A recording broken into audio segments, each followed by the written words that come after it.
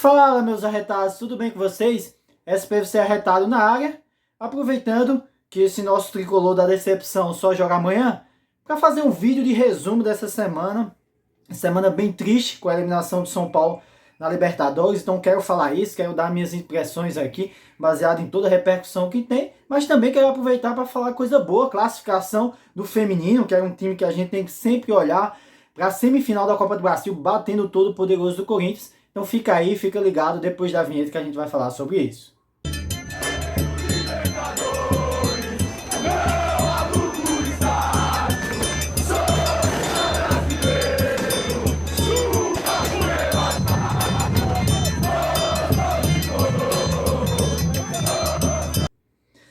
Depois da nossa vinheta, eu começo falando o vídeo da eliminação de São Paulo, essa eliminação dolorosa e vergonhosa para a LDU, trazendo algumas coisas interessantes. Primeiro, dar os parabéns para a LDU. Eu acho que poucos canais ou a mídia eu vi falando sobre a LDU, um time muito limitado, né, na minha visão pior do que o Atlético Nacional, mas que muito organizado, sob o comando do Thiago Nunes, treinador brasileiro, né, que teve sucesso aqui no Atlético Paranaense, mas não foi bem no Corinthians, no Grêmio, não serve, né? Treinador brasileiro não serve, a gente sempre acha que vem de fora é melhor. Deu uma aula, né, superando o Crespo aí muito, né, e como eu digo, não serve treinador brasileiro. Sempre quando um treinador não vai bem aqui, a gente fala que não é para demitir porque não tem, e olha aí o Thiago Nunes o que ele faz. Então parabéns para a LDU, parabéns para a torcida também, porque mais de 60 mil pessoas, mais uma vez, no frio danado, eu não consegui ir. Enfim, também não sei se ia, né? Porque estava com a impressão realmente que o São Paulo não vinha jogando bola para passar. Então a torcida vai, fica até tarde nesse frio. Como um colega aqui do canal falou, de um canal, o Rony Altieri, do São Paulo Raiz, quem não segue, é um canal de um cara muito sensato, falou, são feitos de palhaço. Não é a primeira vez que a torcida de São Paulo, e a gente tem que falar a verdade aqui, vai no estádio e tem uma exibição ridícula, né? Como essa da LDU. Talvez o que passe nessa torcida aí, né, é a memória de um São Paulo, né, de Raí, de um São Paulo de Lugano, de Rogério Ceni, daqueles caras que representavam essa camisa e entendiam o que era São Paulo na Libertadores e até jogando em outras competições. É bom frisar isso. E eu vou falar mais de uma vez até para você entender. O São Paulo Futebol Clube, o soberano, ele é eliminado na Libertadores pela LDU de Quito, perdendo as duas partidas. Vou falar novamente para ver se você entende. O São Paulo Futebol Clube, eliminado na Libertadores, perdendo os dois jogos, inclusive no Morumbi, para a LDU. Talvez essa frase, né, ela fala muito a decadência desse São Paulo. Não da instituição, mas dessas pessoas que representam, comissão, enfim, jogadores que já estão aí há bom tempo. E é isso que a gente tem que entender. Para mim, na minha visão, e trazendo um pouco sobre a eliminação, eu divido em dois aspectos, dois cenários e duas análises. Primeiro o Crespo, que tem muita, né, vamos dizer assim, responsabilidade nessa eliminação. Seja no jogo do ida, onde ele entra com 3 zagueiros e 3 volantes. É bom frisar isso. Um dos aspectos que o pessoal não queria o Crespo é ele ficar sempre fixo em um sistema de 3 zagueiros, ser retranqueiro. Foi o que aconteceu no jogo da LDU. E com 15 minutos já leva o gol. Então, assim, um esquema que não funcionou. Depois, no segundo tempo, ele adianta alguns volantes, bota o Rodriguinho. Enfim, e também insiste em peças como o Rigoni.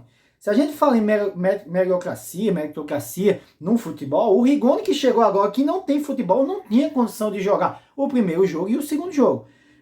É bom frisar que na primeira passagem do Crespo, uma das coisas que fizeram com que ele saísse foi um zum que ele, né, falava para alguns jogadores que ia dar chance e não dava. Então talvez essas escolhas né, são evidenciadas na escolha do Rigoni.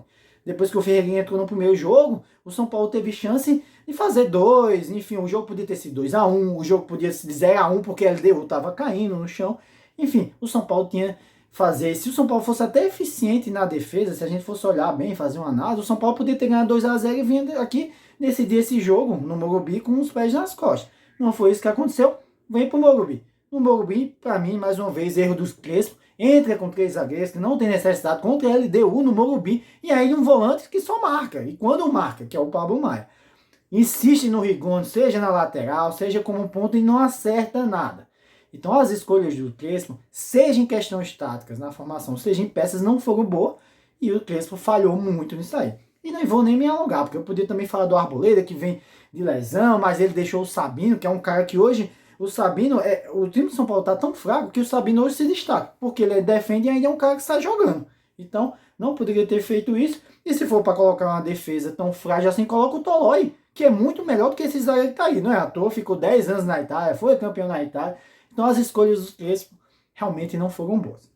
O segundo ato é os jogadores, né? Que não preciso nem falar muito. A gente já sabe o quão não tem esses jogadores o poder de decisão, o quão são pipoqueiros, o quão eles melasfraldam, como o pessoal fala aí. Não tem condição. Além do... Não vamos esquecer o fato que eles são fracos. Então, assim, são jogadores que não têm qualidade, mas você tem que ter poder de decisão, você tem que correr, você tem que se esforçar. Nos gols, se você for ver, os gols da LDU, falha defensiva no primeiro gol, lá, né, nas costas, e depois sair jogando Alan Franco, Pablo Maia, entrega o gol ali. No gol do São Paulo aqui, né, a culpa todinha recaindo, principalmente ali no lance final, que é do Bombadilha. Mas nesse aspecto, eu queria até que você, como um torcedor aí, também fizesse uma análise mais profunda. Se você for olhar, a bola primeiro é um escanteio do São Paulo, então isso aí já deixa uma coisa bem absurda. É recuada pro Rodriguinho, o Rodriguinho tenta um chute, né, assim, improvável, mas tudo bem, o time de São Paulo não chuta, então assim, tentou um chute, o cara trava, e aí a bola cai nos pés do Rigoni, mais uma vez o Rigoni. O Rigoni tá sozinho e tá todo mundo trancado ali no centro. Qual é a jogada mais óbvia? Se você tem um pouquinho de inteligência, é você trabalhar essa jogada nos lados, para construir, para abrir o time. Não, o Rigoni tenta um lançamento improvável, a bola rebate, o cara do LDU não o balão, e se você for ver no frame, num quadro assim, tem 5 jogadores de São Paulo, só que os caras estão voltando como se estivesse no pique, não sem nenhum espírito de Libertadores, de decisão, de saber o que é São Paulo. E aí combina com o Bombadilha, que podia ter feito a falta, podia ter batido com a mão na bola, enfim. Também uma coisa interessante de se analisar, que eu vi alguns colegas comentando, e isso é bom, assim, porque a gente tem a mesma opinião, o cara sai na frente do gol de Rafael e com tranquilidade bota na frente. Um dia antes eu assisti o jogo do Palmeiras, 1-0 pro River, o cara sai de frente com o Everton, o Everton faz uma grande defesa e dá a classificação pro Palmeiras. É isso que acontece, diferente nos outros times. Então, nesse conjunto de erros, de técnico, de decisões, de formações, de jogadores, não tinha como ter outro resultado se o São Paulo ser eliminado.